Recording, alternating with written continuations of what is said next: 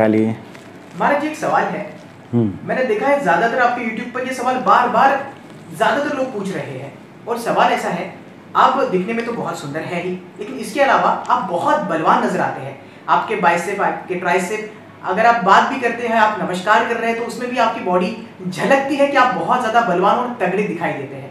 तो महाराज जी ऐसा क्या राज है जिसके चलते आप इतने ज्यादा बलवान दिखाई देते हैं? मैं चाहता हूँ इस पर आप हमें थोड़ा मार्गदर्शन करें, जिससे आज का युवा भी आपकी तरह बन पाए बलवान। अच्छा, सन्यासी बनना है क्या? बलवान महाराज जी, बलवान की बात कर रहा हूँ, मतलब ताकतवर बन पाए जी। पिछला एक वीडियो में आपने सवाल पूछा था कि सुंदरता तेजस्विता के मामले में, उसमें मैंने आहार निद्रा ब्रह्मचर्य की बात करी थी। अब इसमें एक बात और उसमें मिलाई जाएगी, वो है व्यायाम। आहार निद्रा ब्रह्मचर्य और व्यायाम। आहार निद्रा और ब्रह्मचर्य की बात पिछले वीडियो में हुई थी, सुंदरता और तेजस्विता के वीडियो में। अब इसमें हम व्यायाम की बात करते हैं। मनुष्य के, माने खास करके पुरुषों के शरीर में पुरुषी सौंदर्य विकसित करने वाला जो हार्मोन होता है, अंतस्राव होता है, उसे टेस्टोस्टेरोन कहते हैं। ये सब लोग जानते हैं।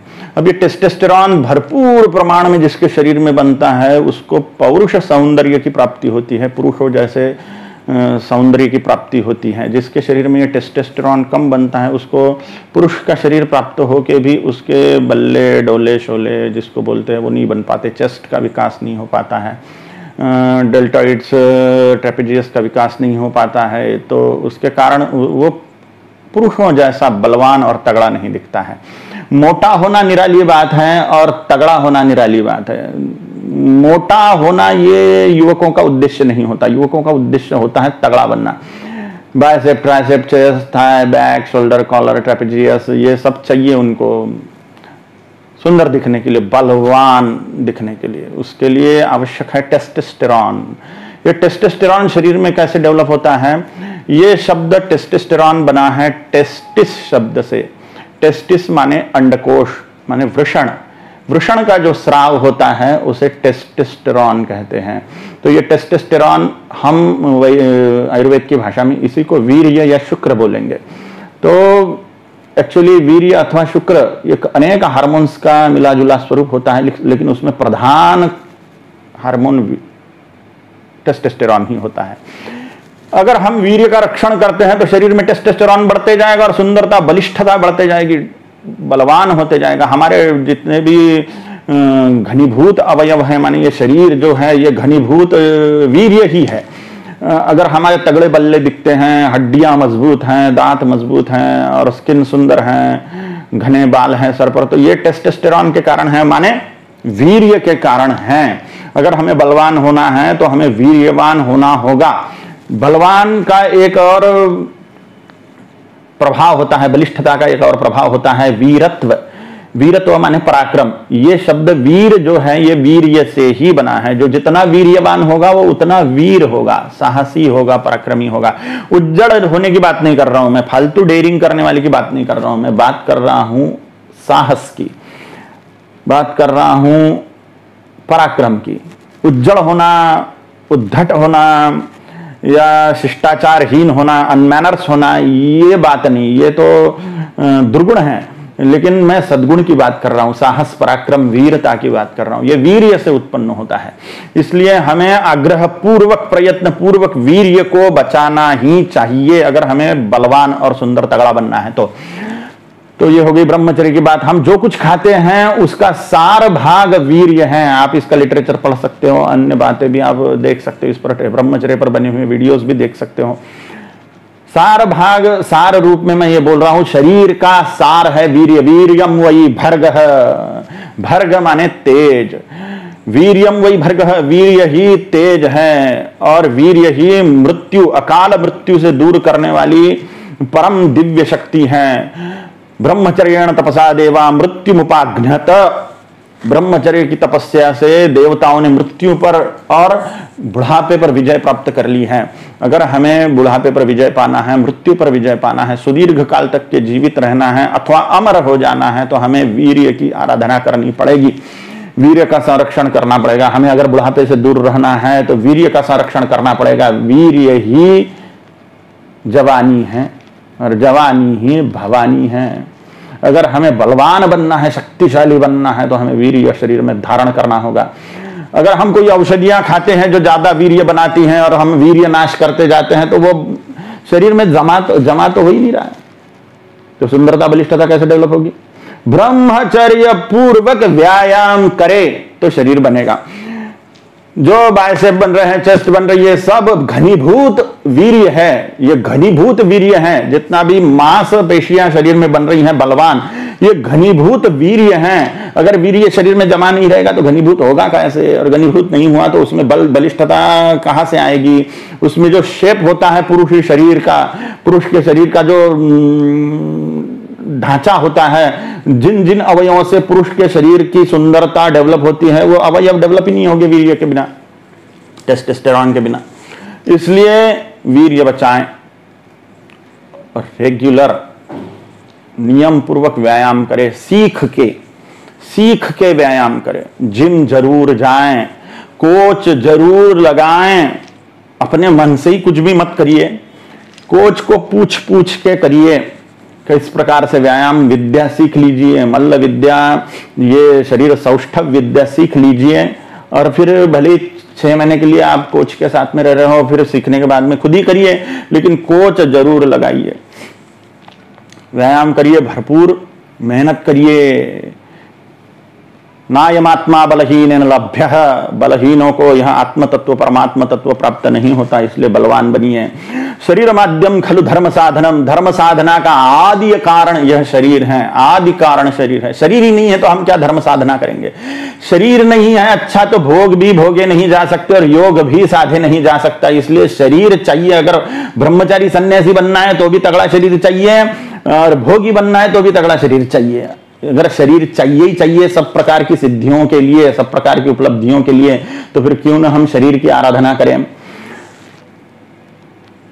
जिम जाना आवश्यक है, अखाड़े जाइए अथवा जिम जाइए, या घर पे ही इंस्ट्रूमेंट ला लीजिए, लेकिन जिम की बात ही कुछ निराली है। मैं स्वयं भी जिम में जाता हूं, तो आप भी जाइए। महत्वपूर्ण बात औषधियों की भी है।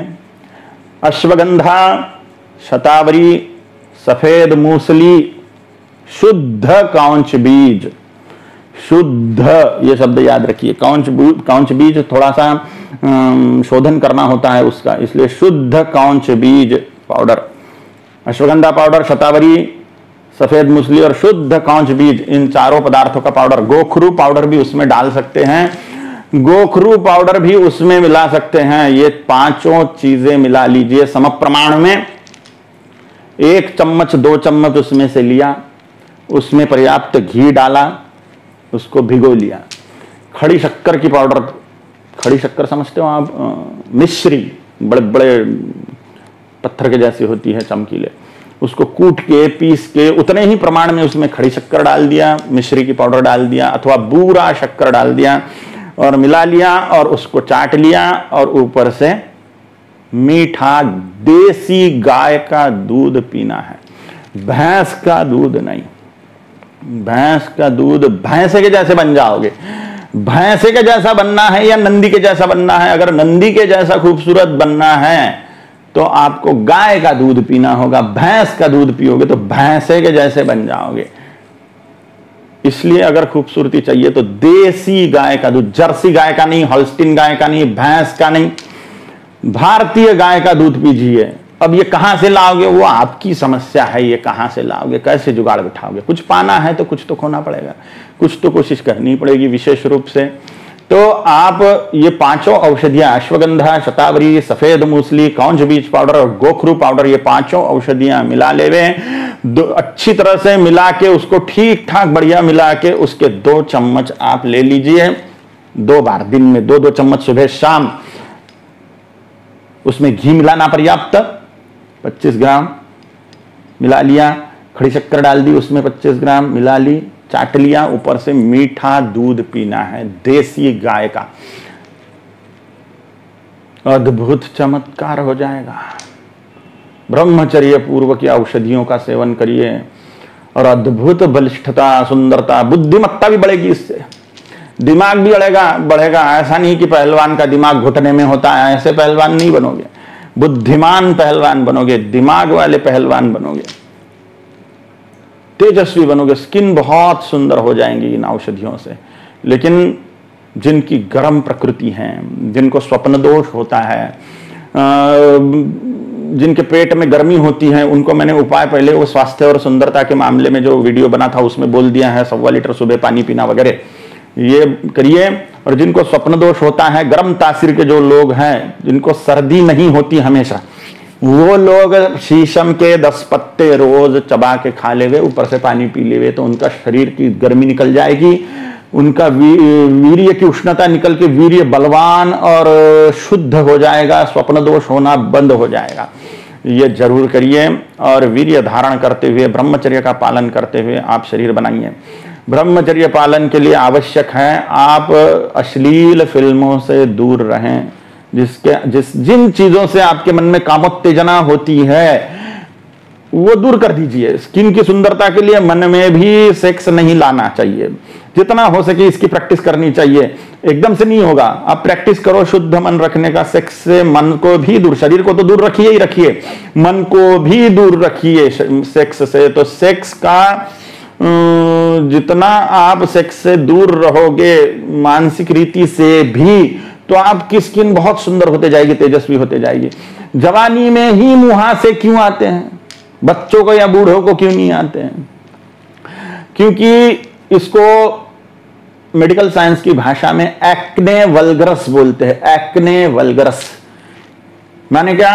वल्गर विचार करने से, सेक्सी विचार चिंतन करने से जो विष शरीर में बनता है उसके कारण ये आते हैं। ये जरूरी नहीं कि सिर्फ यही एक कारण है, इसका बहुत बड़ा ये कारण भी है कि पेट साफ नहीं होता, पेट में मल है इसलिए चेहरे पर फुंसियां आएगी। लेकिन ये भी एक कारण है, सेक्सी विचार करने से भी चेहरे पर फुंसियां आती है, पीठ पर फुंसियां आती हैं, बाइसेप पर फुंसियां आती हैं। तो सेक्स मन में ना लाएं।